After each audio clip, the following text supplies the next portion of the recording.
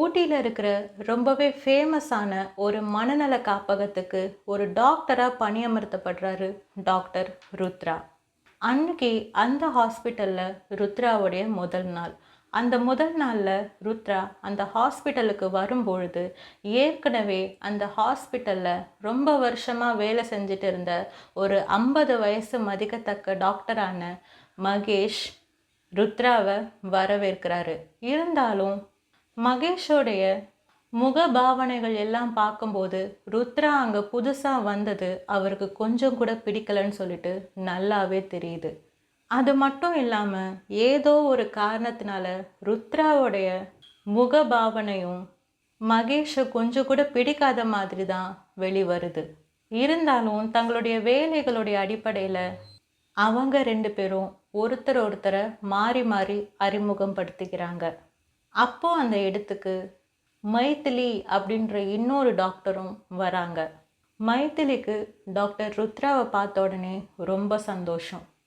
கொஞ்சம் கூட தாமதிக்காம அந்த ஹாஸ்பிட்டலில் இருக்கிற எல்லா பேஷண்ட்ஸையும் நான் அறிமுகப்படுத்துகிறேன்னு சொல்லிட்டு ருத்ராவை மைதிலி கூட்டிகிட்டு போகிறாங்க. இந்த விஷயமும் டாக்டர் மகேஷ்க்கு கொஞ்சம் கூட பிடிக்கலை.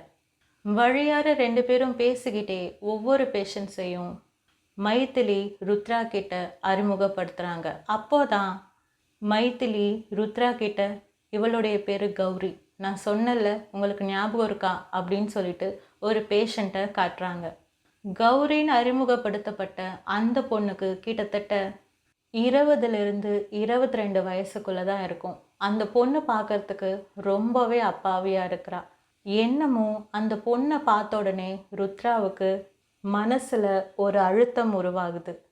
ஆனால் ருத்ராவை பார்த்தா அந்த பொண்ணு இவங்க தான் நீங்கள் சொன்ன புது டாக்டரா அப்படின்னு சொல்லிட்டு ரொம்ப அப்பாவியாக கேட்குறா. அதுக்கு மைதிலியும் ஆமாம், இவர் தான் நான் சொன்ன டாக்டர், இனிமேட்டு மகேஷ் சார் இல்லை, இவர் தான் உன்னை பார்த்துக்க போகிறாருன்னு சொல்லிட்டு சொல்கிறாங்க.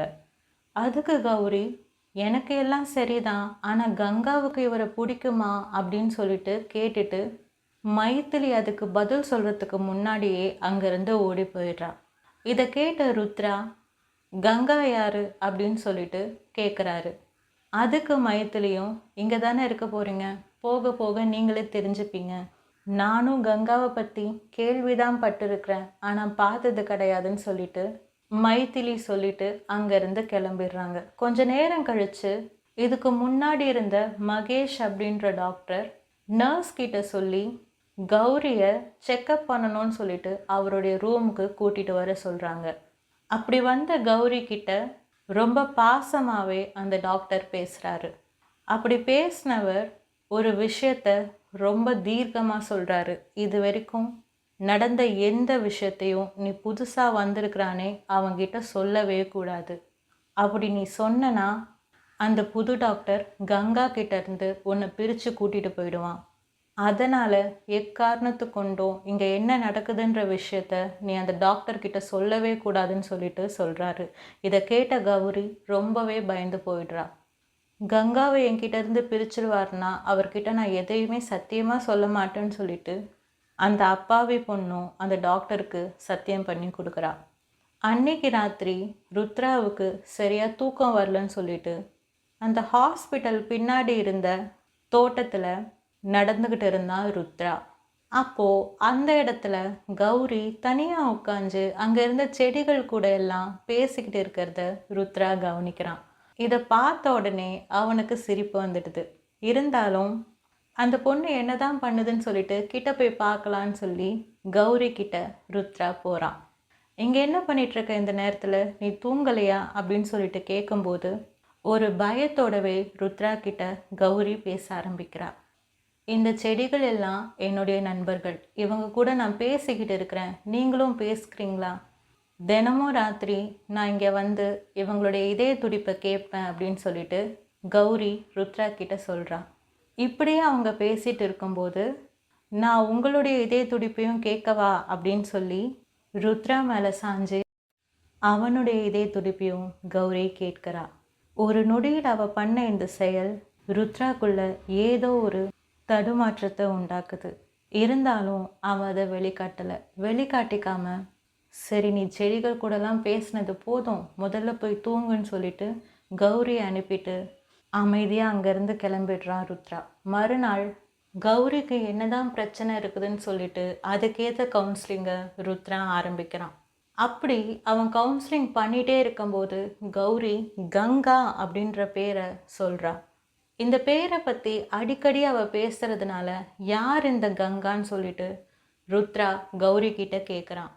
கௌரி அவள் இஷ்டத்துக்கு தான் மற்றவங்கள பார்ப்பா, நீங்கள் நினச்ச போதெல்லாம் வந்து பார்த்துட்டு இருக்க மாட்டா.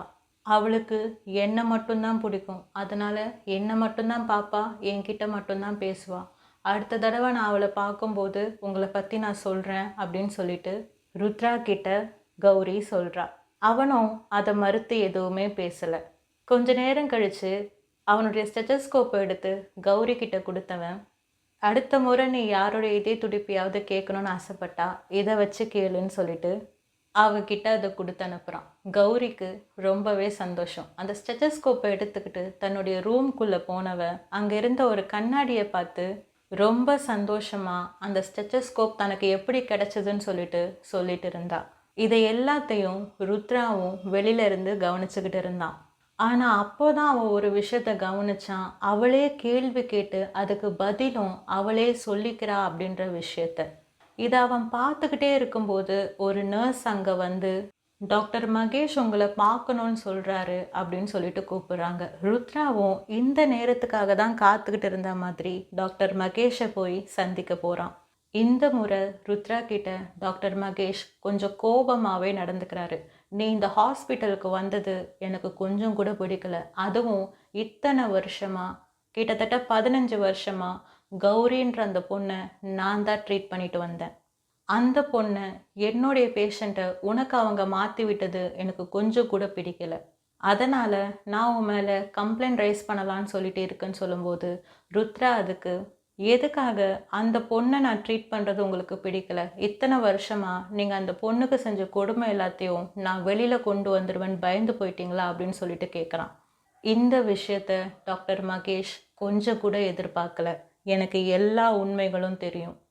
கிட்டத்தட்ட 6 வயசுலேருந்து அந்த பொண்ணுக்கு நீங்கள் என்னென்னலாம் கொடுமைப்படுத்திருக்கீங்க அப்படின்னு சொல்லிட்டு எல்லா உண்மைகளும் இந்த ஹாஸ்பிட்டலோடைய மேனேஜ்மெண்ட்டுக்கு தெரிய வந்ததுனால தான் அவங்க என்ன அனுப்பியிருக்காங்க.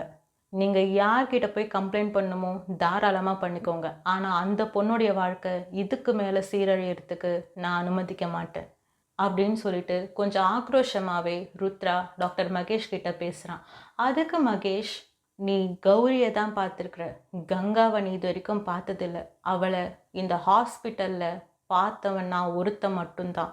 ஒருவேளை நீ அவளை பார்த்தனா நீயே தப்பிச்சோம் பொழைச்சோன்னு சொல்லிட்டு இந்த ஹாஸ்பிட்டலை விட்டு ஓடி போவ.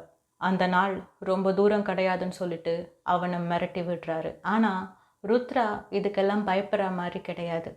நேராக டாக்டர் மைத்திலியை பார்க்க போன ருத்ரா அவங்க கிட்ட, நான் கௌரிக்கு மெமரி ரீடென்ஷன் தெரப்பி பண்ண போகிறேன் அப்படின்னு சொல்லிட்டு சொல்கிறாரு. அதுக்கு என்ன அவசியம் வந்திருக்குன்னு சொல்லிட்டு மைத்திலி கேட்கும்போது, கௌரி சொல்கிற கங்கா அப்படின்ற பொண்ணு வேற யாரும் கிடையாது, கௌரியே தான். அவளுக்கு நான் கொடுத்த ட்ரீட்மெண்ட்லேயும் தெரப்பிலையும் நான் அந்த விஷயத்தை தெரிஞ்சுக்கிட்டேன். கங்காவுக்கு கௌரியை பாதுகாக்கிறது தான் ஒரே நோக்கம். அதுக்காக தான் கங்கா உருவாக்கப்பட்டிருக்கா. கௌரி தன்னுடைய சின்ன வயசில் தனக்கு ஏற்பட்ட அநீதிகளுக்காகவும் அநியாயங்களுக்காகவும் தன்னைத்தானே பாதுகாக்க உருவாக்கப்பட்டவ தான் இந்த கங்கா. அந்த கங்காவை நான் பார்த்தாகணும், அவகிட்ட நான் பேசியாகணும். அதனால் நாளைக்கு இந்த தெரப்பியை நம்ம நிச்சயமாக பண்ணி தான் போகிறோம் அப்படின்னு சொல்லி ருத்ரா ரொம்ப தீர்க்கமாக சொல்கிறான். மறுநாள் அவன் சொன்ன மாதிரியே அந்த தெரப்பியவும் அவன் ஸ்டார்ட் பண்ணுறான். ஆழ்ந்த மயக்க நிலைமையில் கௌரி இருக்கும்போது அவளுக்கு சின்ன வயசுலேருந்து நடந்த ஒவ்வொரு விஷயங்களையும் ஞாபகப்படுத்தி விடுறான் ருத்ரா. தன்னுடைய வாழ்க்கையில் தன்னுடைய அப்பா அம்மா மரணத்தை தன்னுடைய கண் எதிரில் வெறும் 5 வயசில் பார்த்த பொண்ணு தான் கௌரி. கண் எதிரில் தன்னுடைய அப்பா அம்மா ஒரு ஆக்சிடெண்ட்டில் ரொம்ப கொடூரமாக இறந்ததுக்கப்புறம் தான் அவளுக்கு இந்த மனநல பிரச்சனையே ஏற்பட்டிருக்குது. அப்படிப்பட்டவளை இந்த ஹாஸ்பிட்டலில் 6 வயசு இருக்கும்போது கொண்டு வந்து சேர்த்துருக்காங்க. அதுக்கப்புறமா இந்த ஹாஸ்பிட்டலில் டாக்டர் மகேஷ் மூலமாக நான் சந்திச்ச ஒவ்வொரு கொடுமைகளையும் கௌரி ருத்ரா கிட்ட அந்த ஆழ்ந்த மயக்க நிலைமையில சொல்லிக்கிட்டு இருந்தா. அதெல்லாம் கேட்கும்போது ஒரு கட்டத்துல தன்னையே அறியாம ருத்ரா கண் கலங்க ஆரம்பிச்சிட்டான். அப்போதான் கௌரி, அன்னைக்கு தான் நான் கங்காவை பார்த்தேன் அப்படின்னு சொல்லிட்டு ஒரு வாக்கியத்தை சொல்றா. அதை சொன்ன உடனே அடுத்து ஒரு அமைதி. அந்த இடம் முழுக்கவே ஒரு அமைதி. என்ன ஆச்சுன்னு சொல்லிட்டு ருத்ரா குழப்பத்தோட கௌரியை பார்த்துட்டு இருக்கும்போது அந்த நிமிஷம் வரைக்கும் மயக்க நிலைமையில இருந்த கௌரி திடீர்னு எந்திரிச்சு ருத்ராவோட கழுத்தை பிடிச்சு நெரிக்க ஆரம்பிக்கிறா. இதை அவன் கொஞ்சம் கூட எதிர்பார்க்கல. கௌரி கிட்ட இருந்து தன்னை காப்பாத்திக்க ருத்ரா எவ்வளவோ முயற்சி பண்ணான். ஆனா கௌரியோடைய அந்த பிடி ரொம்ப வலிமையா இருந்துச்சு. ஒரு 20 வயசு பொண்ணுகிட்ட இவ்வளவு சக்தியான்னு சொல்லிட்டு மிரண்டு போயிட்டான் ருத்ரா. அப்போ கௌரி கண்ணை திறந்து பார்க்குறா. ஆனால் அப்போ கௌரி கௌரியா இல்லை, கங்காவா இருந்தா. அவள் கண்ணை திறந்து பார்த்த உடனே அந்த கண்களில் அப்படி ஒரு ஆவேசம் இருந்தது, ஆக்ரோஷம் இருந்துச்சு. தன்னுடைய எதிரில் நிற்கிற ருத்ராவை அப்படியே கொன்று போட்டணுன்ற வெறி அந்த கண்களில் இருந்துச்சு. அவளும் அதுக்கு தான் முயற்சி பண்ணிட்டு இருந்தா. ஆனால் நல்ல வேளையா ருத்ராவுடைய கைகளுக்கு பக்கத்தில் இருந்த மயக்க மருந்து கிடைச்சிது.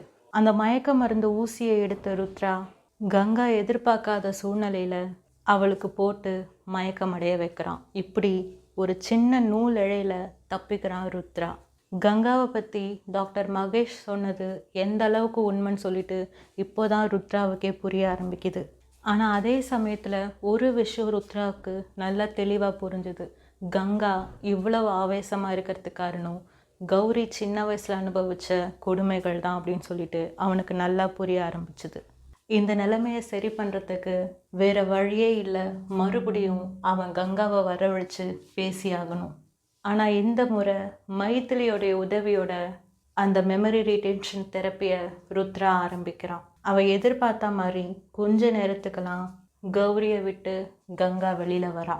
கங்காவுடைய ஆக்ரோஷத்தை யாராலையுமே கட்டுப்படுத்த முடியல. இத்தனைக்கும் அவளை சுற்றி பிரிக்க முடியாதபடி பெல்ட்டை போட்டு கத்தி வச்சுருந்தாங்க. ஆனால் அந்த ஹாஸ்பிட்டல் பெல்ட்டையும் மீறி கங்கா தன்னைத்தானே விடுதலை பண்ணிக்கிட்டா.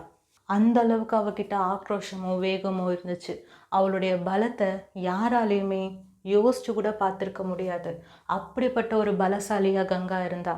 ஒரு மனுஷனுடைய மனசுக்கு தன்னை பாதுகாக்கணுன்ற ஒரு நிலைமை வந்துச்சுன்னா எந்த எல்லைக்கு அது அதோடைய உடம்புக்கு சக்தியை கொடுக்கும்னு சொல்லிட்டு ருத்ரா அன்னைக்கு தான் தெரிஞ்சுக்கிட்டான். ஒரு 22 வயசு சாதாரண பொண்ணுடைய உடம்புல இருந்து இப்படிப்பட்ட கட்டுக்களையும் உடைக்கிற சக்தி வெளிப்படும்னு சொல்லிட்டு அன்னைக்கு தான் அவன் தெரிஞ்சுக்கிட்டான். அந்த அளவுக்கு ஆக்ரோஷமா இருந்த கங்காவை அவனால கூட அடக்க முடியல.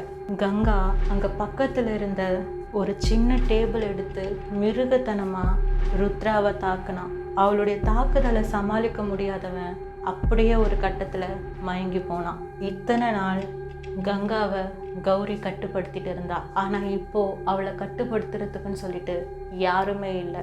அங்க பக்கத்துல இருந்த கத்தி எடுத்த கௌரி நேரா டாக்டர் மகேஷை தேடி தான் போகிட்டு இருந்தா. அந்த சூழ்நிலையில தன்னை தேடி வந்தது கௌரி கிடையாது, கங்கா அப்படின்னு சொல்லிட்டு அவருக்கு தெரியாது.